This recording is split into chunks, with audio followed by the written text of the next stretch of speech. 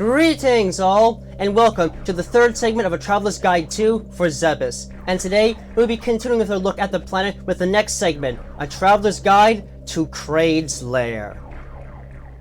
Only accessible from the surface of Brinstar, Kraid's Lair used to occupy the deepest pits of the land while it was still in one piece, and was in fact used by the Chozo as a storage depot before the space pirates invaded and Kraid took up residence there. Kraid's Lair was filled with many pits of acid that made it very difficult to traverse the area without the help of a various suit. Thankfully though, the Chozo installed a series of zip lines usable only by those equipped with a Chozo power suit that could interact directly with the ancient Chozo machine that powered the system. The crumbling architecture of the area was a clear indication of the neglect that had been enforced upon the area after the exodus of the Chozo, as the place was quickly overrun with monsters as the Zebesian space pirates took control of the planet. It was here that the Hunter originally confronted the titanic monster Kraid during a Zero mission, only to defeat him in battle, opening the stone statue carved in Kraid's likeness and the main tunnel that led to the only access point to Torian. After the fall of Zebes the first time and the end of the Phase-On crisis though, the Zebesians began to rebuild the interior of the structure, and in doing so, most of the old lair was sealed off and rendered impossible to access, leaving Kraid's Lair at the end of Zebes only a few rooms in size compared to before, and overall much more lacking in real threats aside from Kraid himself. The Hunter returned to this area after the theft of the infant Metroid and fought against Kraid one final time in the process before defeating him once more after an extensive battle, and turned deactivating the golden statue built in his likeness above the elevator to a new Torian. Before we take a good look at the unique biota of this area, it is important to note that, as far as previously covered organisms go, this area was home to the Giga, Rio, Ripper, Sidehopper, Scree, B-Tom, Green Space Pirates, Key Hunter, S-Bug, Zeb, and Zila. Now, let's get into the range of biota that is unique to this acid-drenched land, both in the far past and the more recent past. Therastuds were the ultimate in Sidehopper evolution, and were by far some of the most powerful beasts to ever roam the caverns and corridors of Zebes and other related facilities.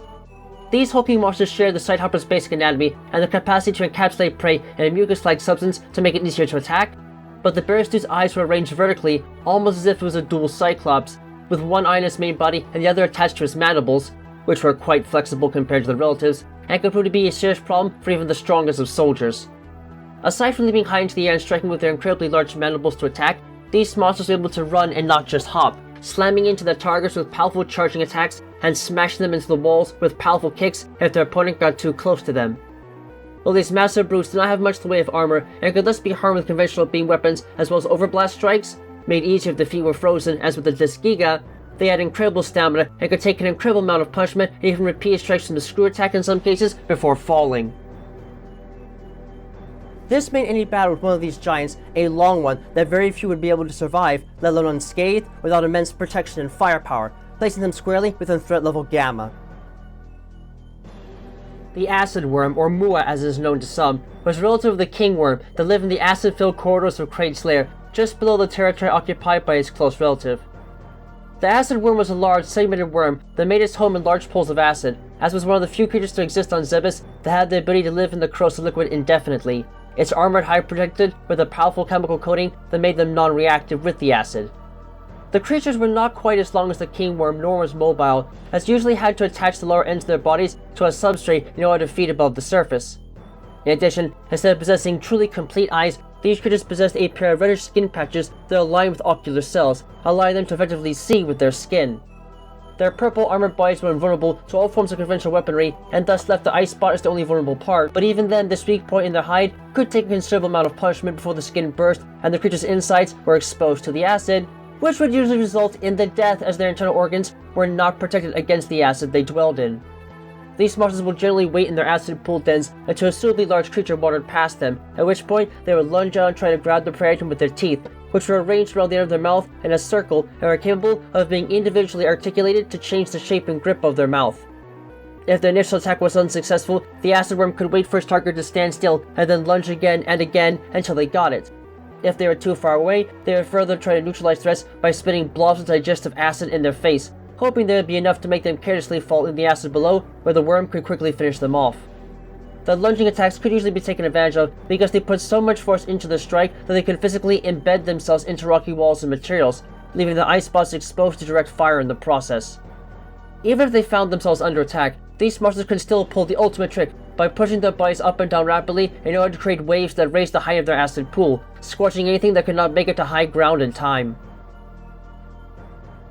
Overall, acid worms were vicious monsters and can be very difficult to put down without at least some struggle if one did not have possession of strong acid-resistant armor suits, making it a blessing that they are now extinct along with most of Zebes' native life forms, and firmly placing them within threat level Gamma.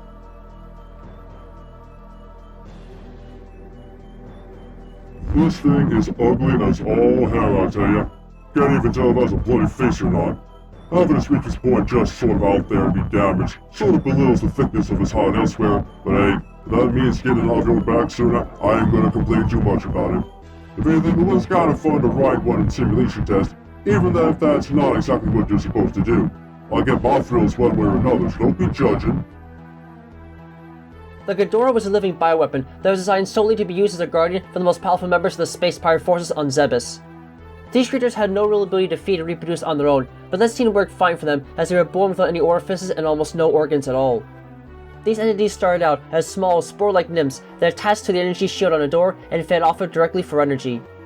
Over the course of a few hours, these monsters would sap increasing amounts of energy from the door shield and grow continuously in size as they did so, using the main structure of the door itself as a fixture to grasp and grow over until it eventually covered it completely, sometimes spreading its cellular growth over onto the walls, floor, and ceiling nearby. As a fully formed adult, the Ghidorah possessed a thick rock-like hide adorned with spines for defense in close quarters, though a few creatures were actually foolish enough to get that close to them. The Ghidorah possessed a single massive eye, which it used to scan and interact with other creatures that came towards it, its thoughts being transferred straight into space pirate databanks thanks to a microchip that was inserted into limited neural tissue after they reached adulthood. The eye of the Ghidorah was the only part of its body that was vulnerable to damage, but while it may have opened its eye only to see in most cases, it has been observed that it might have charged an energy blast beforehand to harm creatures that come near it with a single wave of energy or a series of homing projectiles. Regardless though, the Ghidorah eye was not that steady and could easily be destroyed with a few normal missiles or a single super missile, as well as charged beam shots in some cases.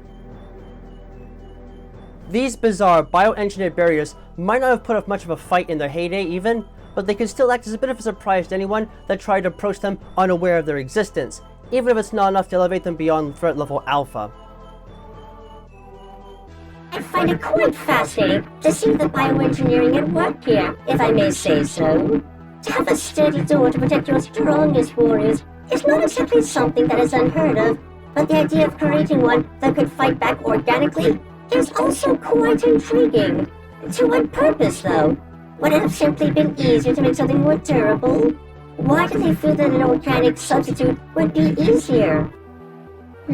Best I could guess is that it was more cost-effective.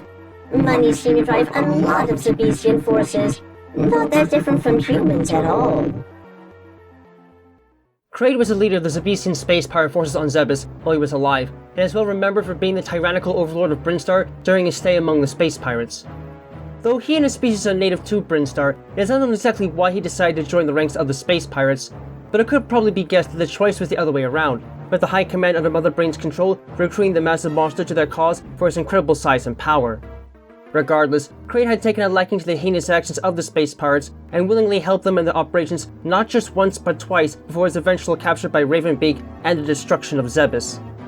Due to his immense size, he was unable to utilize many of the vehicles and ships that the rest of the organization utilized. As such, he was limited to living in the depths of Brinstar, but did not seem to mind this, ruling over the place and enslaving the local population into acting as his servants.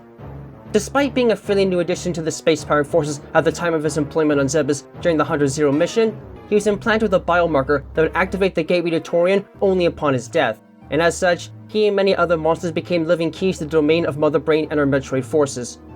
Kraid was ultimately defeated on the Hunter's first outing on Zebes, and did not respond well to attempts to implant cybernetics in him, as was done with Meta Ridley, forcing him to slowly recover naturally, before seemingly being completely terminated on her return mission once the infant Metroid had been stolen by Ridley, though he would eventually be briefly located on the planet ZDR before that world's destruction as well. As far as his physical form is concerned, Kraid was a behemoth of a bipedal reptile, standing well over 2 stories tall and possessing a corpulent frame that only served to make his mass that much more frightening. It is known that Kraid and his lesser kind, the mini-Kraids, soldiers that he brought with him in both his conflicts on Zebes, each sharing many of his attacks and powers but being utterly weak and pathetic in an actual fight, had impressive digging abilities and were able to burrow themselves into the ground with little effort, partially explaining why the monster was able to often get the jump on the hunter in the few encounters they had together. Kraid possessed 3 eyes, 2 of which are used for primary vision and a third that can see in infrared light, allowing him to effectively spot enemies from a great distance away even in the dark. Needless to say, the arrangement on his face helped to strike terror into all that saw him. Kraid mostly fed on other organisms native to Zebes, but had been known to eat and digest ore material as well, which really didn't seem to bother him that much as his jaws were built for crushing rocks for minerals on his own planet. In battle, the beast is able to release his claws from his hands in the shape of boomerang-like projectiles that can wrap around the sides of protected targets and stab them in the back, even going so far as to bounce off solid surfaces several times before falling apart and being regenerated. He could further hurl boulders and undigested bits of food from his mouth in order to bury his opponents, though this attack was usually only seen when Kraid was in an isolated position. His most iconic attack, however, had to be the massive spikes that he could fire from his belly. The finger-like spikes, made from massive hardened tissue and keratin for the attached false claws, could be fired from the monster's stomach area and repeatedly regenerated in battle to pierce and crush other creatures that got in their way, oftentimes impacting souls forcefully into objects that they could become stuck in stone.